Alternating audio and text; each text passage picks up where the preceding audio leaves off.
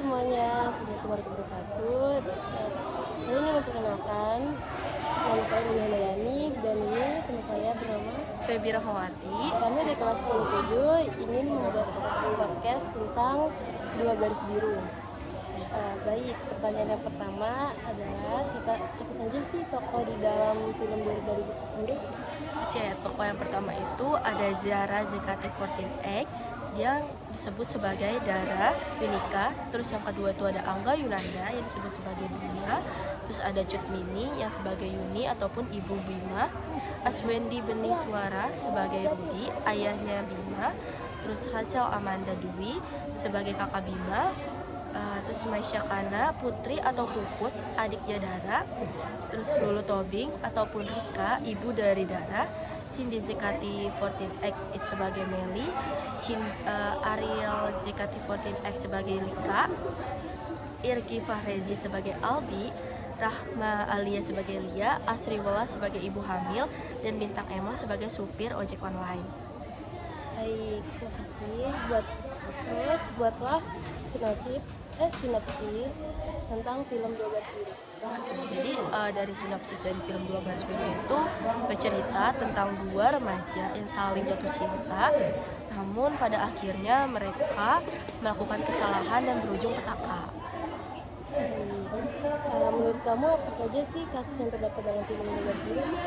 Oke, kasus yang terdapat dalam film tersebut adalah menyoroti isu kehamilan yang tak diinginkan di usia remaja. Penyebabnya apa sih, penyebab internalnya dan eksternalnya yang terjadi pada korban? Oke, kalau misalkan penyebab internal itu kan dari dalam ya. Berarti kalau misalkan penyebab internal itu biasanya korban ataupun pelaku tersebut itu dapat mengalami gangguan kesehatan dan jiwa karena mungkin juga dia baru berpikir kalau ternyata tindakan itu salah.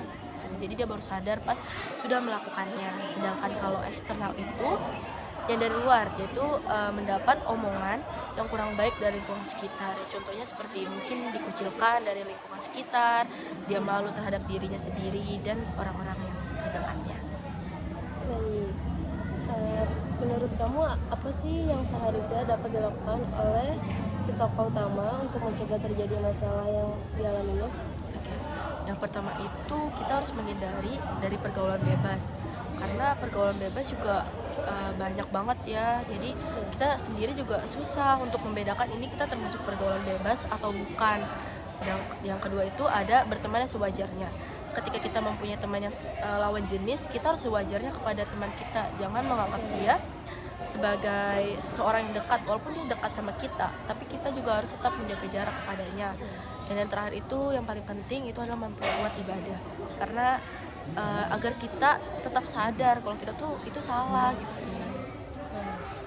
Baik, apa saja sih dampak dari perbuatan yang dilakukan oleh si tokoh utama ini?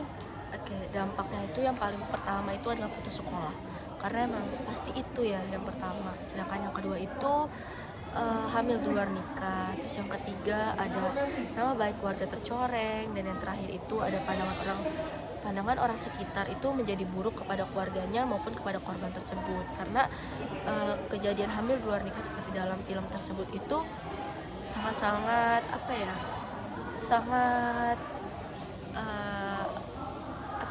kayak membuat malu korban juga. Jadi sangat-sangat sangat malu korban tersebut gitu.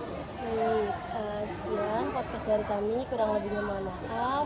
Wabillahi taufiq wal hidayah. Wassalamualaikum warahmatullahi wabarakatuh.